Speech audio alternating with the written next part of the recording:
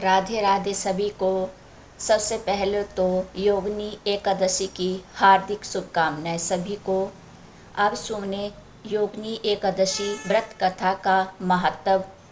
हिंदू धर्म ग्रंथों में हर एकादशी का अपना अलग महत्व बताया गया है। इन्हीं अलग अलग विशेषताओं के कारण इनका नाम भी भिन्न भिन्न रखे गए हैं। प्रत्येक वर्ष में 24 एकादशियाँ होती है। मल मास की एकादशियों को मिलाकर इनकी संख्या 26 हो जाती है। इन्हीं एकादशियों में एक एकादशी आषाढ़ मास के कृष्ण पक्ष की एकादशी जिसे योगिनी एकादशी कहते हैं। योगिनी एकादशी का उपवास रखने से समस्त पापों का नाश होता है तथा इसके लोक में भोग और परलोक मुक्ति भी मिलती है। योगिनी एकादशी व्रत कथा सुने। महाभारत काल की बात है। एक बार युधिष्ठिर ने भगवान श्री कृष्ण से कहा, हे त्रिलोकनाथ, मैंने ज्येष्ठ मास के शुक्ल पक्ष की निर्जला एकादशी की कथा सुनी। अब आप कृपा करके आषाढ़ मास के कृष्ण पक्ष की एकादशी की कथा सुनाइए। इस एकादशी का नाम तथा महत्व क्या है, सो अब इसे आप विस्तार पूर्वक बताइए। श्री कृष्ण ने कहा, हे पांडुपुत्र, आषाढ़ माह के कृष्ण पक्ष की एकादशी का नाम योगिनी एकादशी है। इसके व्रत से सभी पाप नष्ट होते हैं। यह व्रत इस लोक में भोग तथा परलोक में मुक्ति देने वाला है। हे धर्मराज, यह एकादशी तीनों लोकों में प्रसिद्ध है। इसके व्रत से सभी पाप नष्ट हो जाते हैं। तुम्हें मैं पुराण में कही हुई कथा सुनाता हूँ, ध्यानपूर्वक श्रवण करो। कुबेर नाम का एक राजा अलकापुरी नाम की नगरी में राज्य करता था। वह शिव भक्त था। उनका हेममाली नाम एक यक्ष सेवक था जो पूजा के लिए फूल लाया करता था। हेममाली की विशालाक्षी नाम की अति सुंदर स्त्री थी।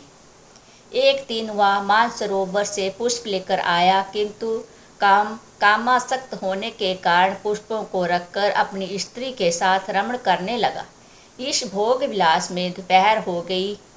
हेममाली की राह देखते देखते जब राजा कुबेर को देखकर हो गई तो उसने क्रोधपूर्वक अपने सेवकों की आज्ञा दी कि तुम लोग जाकर पता लगाओ कि हेममाली अभी तक पुष्प लेकर क्यों नहीं आया।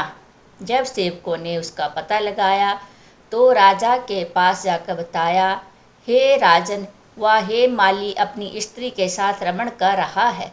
इस बात को सुन राजा कुबेर हेममाली को बुलाने की आज्ञा दी। डर से कांपता हुआ हेममाली राजा के सामने उपस्थित हुआ। उसे देखकर कुबेर को अत्यंत क्रोध आया और उसके होंठ फड़फड़ाने लगे। राजा ने कहा, अरे अधम, तूने मेरे परम पूजनीय देवों के भी देव भगवान शिव जी का अपमान किया है। मैं तुम्हें श्राप देता हूँ कि तुम स्त्री के वियोग में तड़पें और मृत्यु लोक में जाकर कौड़ी का जीवन व्यतीत करें। कुबेर के श्राप से वह तत्क्षण स्वर्ग से पृथ्वी पर आ गिरा और कौड़ी हो गया। उसकी स्त्री भी उससे बिछड़ गई। मृत्यु लोक में आकर उसने अनेक भयंकर कष्ट भोगे, किंतु शिव की कृपा से उसकी बुद्धि मलिन ना हुई और उसे पूर्व जन्म की भी शुद्ध रही। अनेक कष्टों को भोगता हुआ वह अपने पूर्व जन्म के कुकर्मों को याद करता हुआ वह हिमालय पर्वत की तरफ चल पड़ा। चलते चलते वह मार्कंड ऋषि के आश्रम में जा पहुंचा। वह ऋषि अत्यंत वृद्ध तपस्वी थे। वह दूसरे ब्रह्मा के समान प्रतीत हो रहे थे और उनका वह आश्रम ब्रह्मा की सभा के समान शोभा दे रहा था। ऋषि को देखकर हेममाली वहां गया और उन्हें प्रणाम करके उनके चरणों में गिर पड़ा। हेममाली को देखकर मार्कंड ऋषि ने कहा, तूने कौन से निकृष्ट कर्म किए हैं जिससे तू कोढ़ी हुआ और भयानक कष्ट भोग रहा है। महर्षि की बात सुनकर हेममाली बोला, हे मुनि श्रेष्ठ, मैं राजा कुबेर का अनुचर था। मेरा नाम हेममाली है। मैं प्रतिदिन मानसरोवर से फूल लाकर शिव पूजा के समय कुबेर को दिया करता था।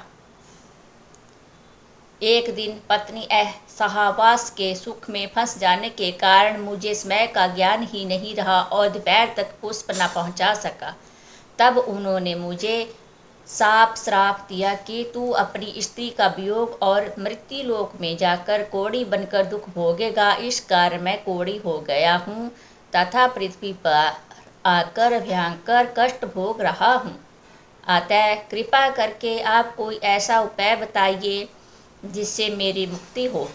मार्कंड ऋषि ने कहा, हे माली, तूने मेरे मुख सत्य वचन कहे हैं, इसलिए मैं तेरे उद्धार के लिए एक व्रत बताता हूँ। यदि तू आषाढ़ माह के कृष्ण पक्ष की योगिनी नामक एकादशी का विधान पूर्वक व्रत करेगा तो तेरे सभी कष्ट, तेरे पाप सभी नष्ट हो जाएंगे। महर्षि के वचन सुन हेममाली अति प्रसन्न हुआ और उनके वचनों के अनुसार योगिनी एकादशी का व्रत ध्यान पूर्वक व्रत करने लगा। इस व्रत के प्रभाव से अपने पुराने स्वरूप में आ गया और अपनी स्त्री के साथ सुखपूर्वक रहने लगा। भगवान ने कहा, हे राजन, इस योगिनी एकादशी की कथा का फल 88,000 ब्राह्मणों को भोजन कराने के बराबर है। इसके व्रत से सभी पाप नष्ट हो जाते हैं और अंत में मोक्ष प्राप्त करके प्राणी स्वर्ग का अधिकारी बनता है। धन्यवाद। जय श्री राधे राधे।